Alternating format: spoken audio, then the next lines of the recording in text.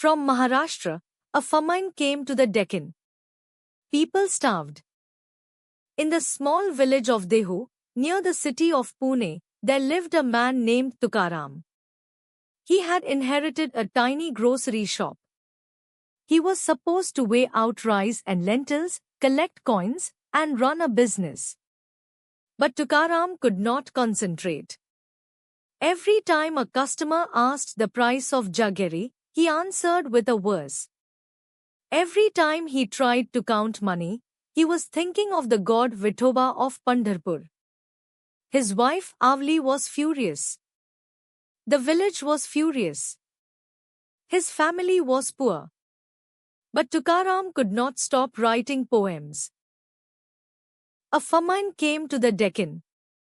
People starved. Tukaram, who had given away most of his food to the hungry, watched his first wife and his eldest son die of hunger in the same year.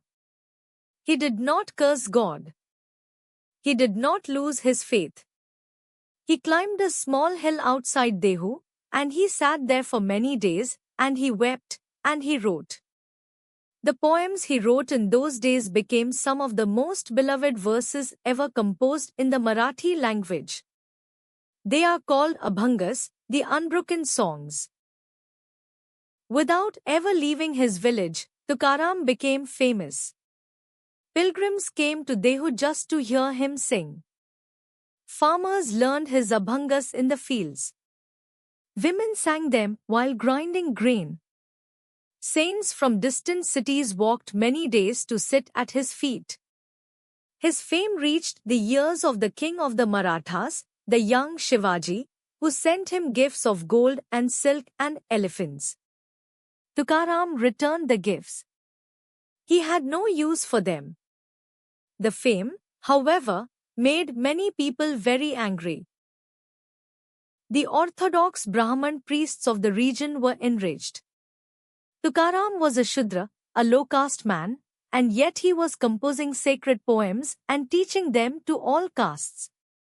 They said the Vedas had been profaned. They called him to a public trial in Dehu. They demanded that he prove his poems were divinely sanctioned.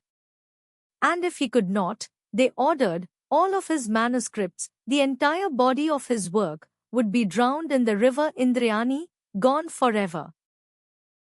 Tukaram did not protest. He gathered every Abhanga he had ever written. He bound them in a single bundle.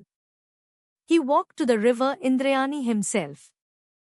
And there, before the whole village, he placed his life's work into the water. The bundle sunk. The papers turned dark. The current carried them under. The priests laughed.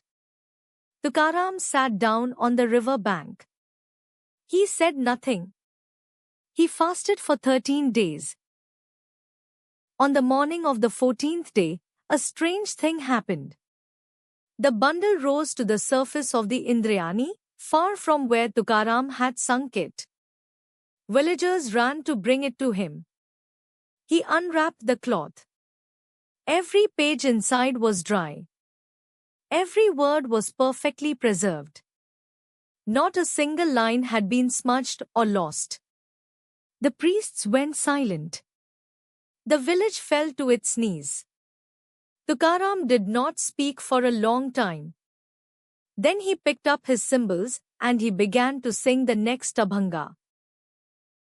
Tukaram lived a few more years. Then one day in 1650, witnesses said, a great chariot of light descended at Dehu. Tukaram stepped into it. He told his wife to take care of the children. He waved at the children themselves. And then he ascended bodily, the village said, into Vaikuntha, the highest heaven of Vishnu. He was never seen again.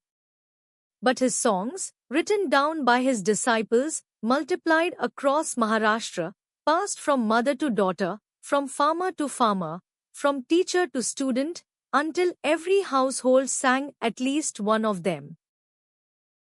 Tomorrow's story comes from another corner of India. Subscribe to walk with us through the folklore of every region in your language.